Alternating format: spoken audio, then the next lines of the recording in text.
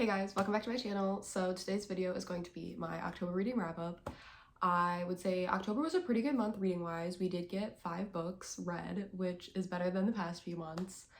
I think maybe not to like jinx anything, but maybe the end of this year will be a good, chunk of reading getting done. I feel like November has the chance to be either really, really good or really bad because of the amount of schoolwork that I'll have to like do. But I feel like December is gonna be like a really good month reading wise. I can already feel it. And I know it's only November, but like I just can feel it. But yeah, that is what I have for you guys today. I read 5 books, so I'm going to, rate and discuss how I felt about all 5 books. And that's pretty much it. So very simple, straight to the point. Except you guys know me, I go on tangents. So will it really be straight to the point? Probably not. But I will try to make it as straight to the point as I possibly can. So yeah, let's get into the video.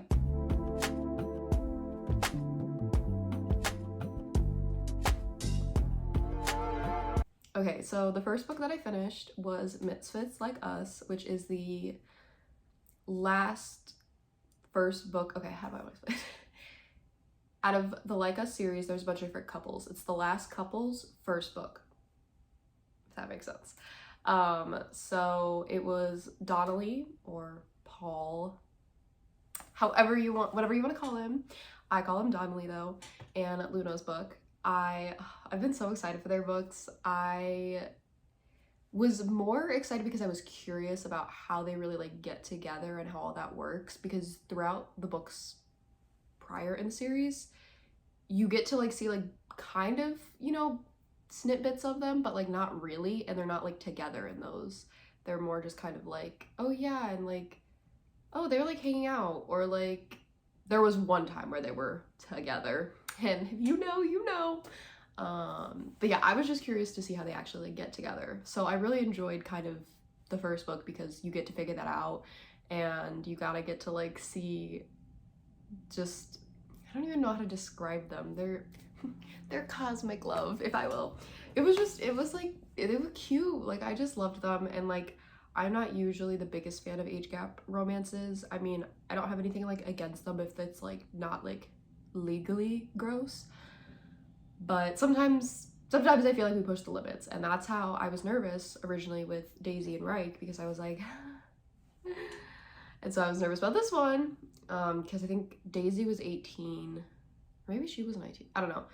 Daisy was 18 or 19 when she got with Reich, and Luna's 19 when she gets with Donnelly. So I was like, it makes me a little nervous. But I liked how they did it with Daisy and Reich, and I like how they did it with Luna and Donnelly. So I kind of trust them with age gap romances. I don't know. I really enjoyed the first book. I gave it a 4.5 stars. I was excited to keep reading, and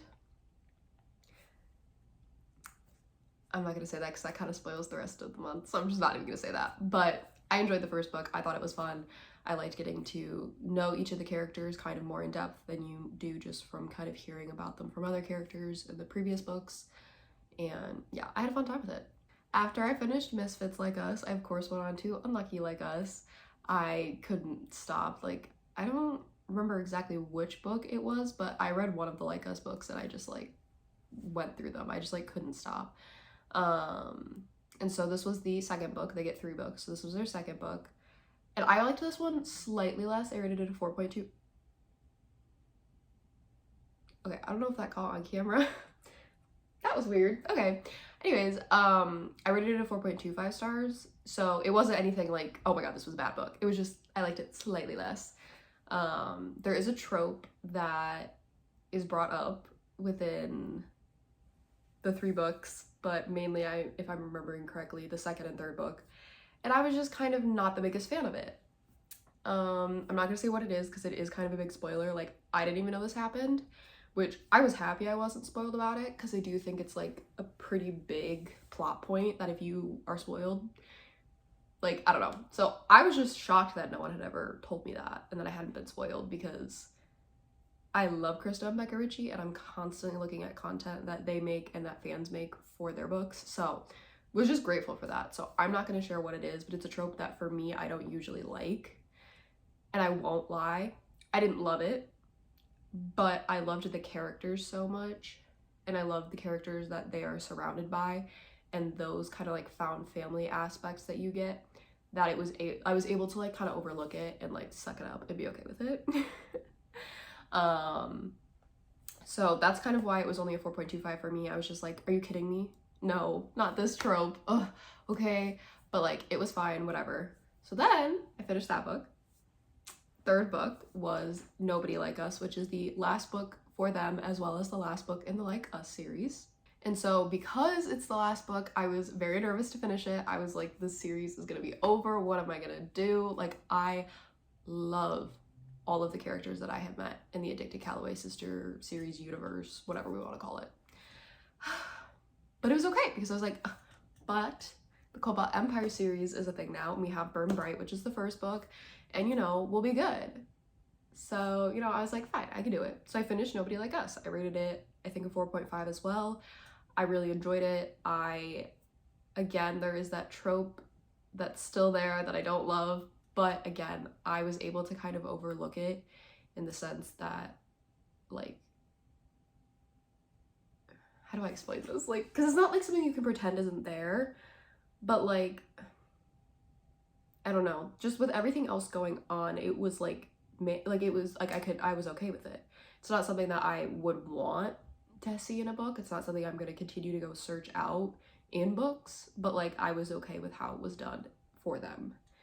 And just, yeah, I don't know, there's just something about that universe and all those characters that like, it is literally an addiction. I cannot get enough of them. So yeah, I enjoyed the whole Like Us series. I'm so glad I was able to finish it. That was my goal really this year. My main goal was to finish that series. And I'm happy that I did. I love them so much. Like, I can't even get into it. I could probably film an entire separate video just describing all the characters, what I love about them, why I love them, and all of that, which if you would like to see, I can do. You can let me know in the comments. But I'm not going to do that now because that will just make this video 10 times longer than it needs to be. So yeah, Nobody Like Us, I'm pretty sure was a 4.5 as well. And I just absolutely loved the entire Like Us series.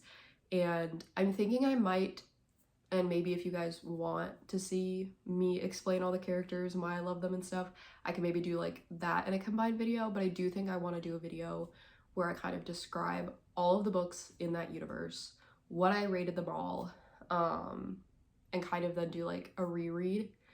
But I might wait to do all of that until a later date because I just finished Like Us series, but I'm also like, no, I want to read it again. Guys, it's so bad. I'm like, I don't want to read anything else. I just want to keep reading them. But it's okay. It's okay.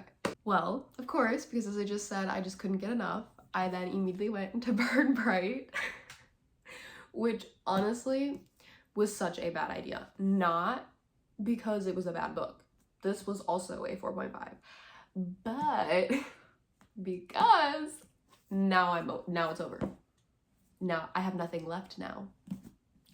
I have to wait like everybody else for the books to come out, and I feel lost.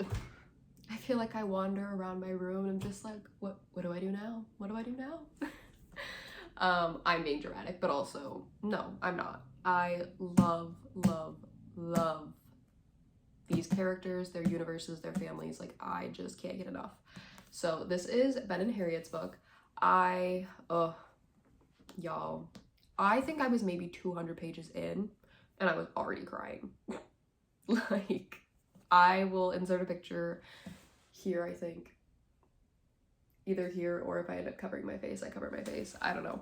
But y'all, tears, like 200 pages in. And those tears pretty much just continued throughout different points of the book. I'm rating them a 4.5 right now, but I do feel like that could change.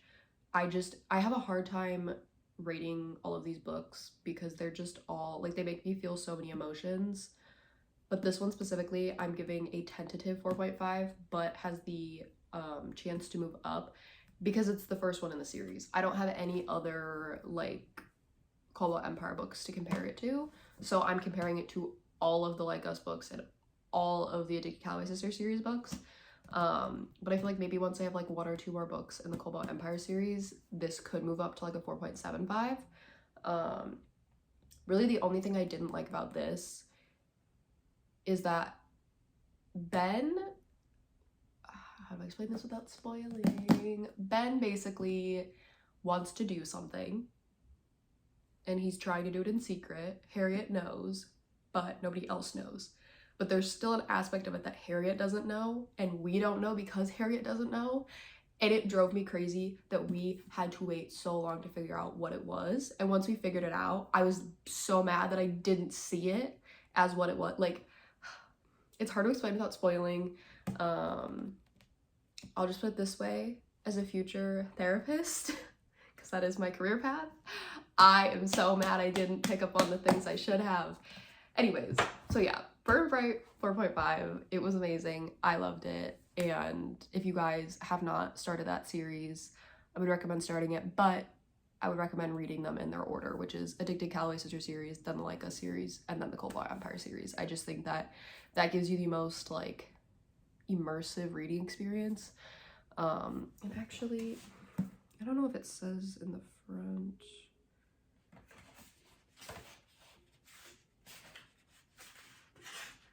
Okay, it doesn't. I know for the Like Us series in the front of the books, it'll say kind of like, oh, make sure you read this after you read this.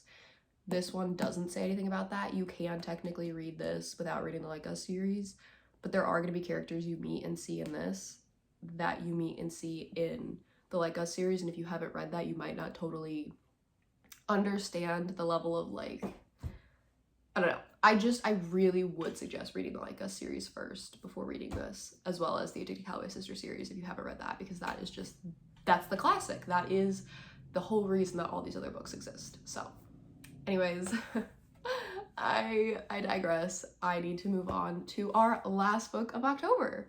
Okay, so the last book of October was actually an ARC that I received. So it was Dear Me by Tara and Christine. I got Dear Future Husband, which is the first book in that series, as an ARC. I want to say like probably maybe like a year ago, a little less than a year ago. Might have been beginning of this year. Was it the summer? Sorry, now I'm like, wait, was I reading that during the summertime? I don't know. If I could, I'll put on the screen what it actually ended up being, because now I'm second guessing myself, because I know I was it summer? I don't remember exactly, but I know she got them out pretty close to each other. So I was really happy to receive another ARC, because I was like, oh my god, I just read Dear Future Husband not that long ago in the span of things, and I really enjoyed that one, and so I was excited to continue in that kind of world, as well as I knew what characters were kind of likely going to be seen, and I was excited to see what couple was next. I will say, their names are Penny and Daniel, and well, my dad's name is Daniel, so for me, it was a little weird to read a book where the main guy character's name is Daniel. I actually don't think that that has happened to me yet, surprisingly, because I feel like that's actually a very common name, but so that for me was a little bit of a like, oh, I don't know about that, but I still loved them together. I thought they were very cute. I rated it a 4 stars. I personally do think Dear Future Husband was better. That's not saying that Dear Me was bad. I just think Dear Future Husband was better. I think I didn't feel like there was as big of a plot line in Dear Me as there was Dear Future Husband. It kind of just felt like, oh, like, here's what these characters were doing after all the things that happened to them that you find out in Dear Future Husband, and this is kind of what they were doing while all that was happening. And like, I don't know, it just didn't feel like there was as strong of a plot, which is okay. I just think after the plot that you gave us in Dear Future Husband, like, it's just hard to compare to that, because it was just such a hard-hitting plot. So I don't even really think that that's like a bad thing. I think that's just me being maybe overly critical. I don't know. But I do think that if you liked Dear Future Husband, to still give Dear Me a go. I still enjoyed it. I still will probably keep reading books that she puts out within that, you know, kind of universe. I just definitely was not as enthralled in it as I was the other books, but I did like the couple together. Like, I did like them. it just kind of was, it just felt like it was just, I don't know, like, I feel bad saying it didn't feel like there was a plot, but it just kind of felt like I was reading like, oh, and we like did this, and oh, we did this, and we did this.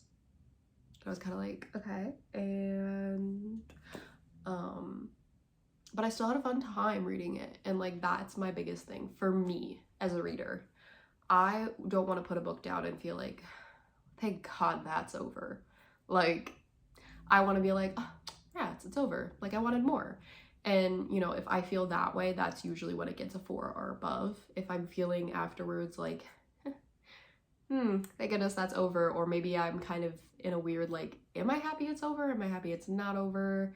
I don't know, just kind of in like that limbo-y area. That's usually when it's like anywhere lower than 4 stars. But I still really enjoyed them. I think Penny and Daniel are little cuties. I'm happy they finally figured their shit out and got together. And yeah, I still think you should read it.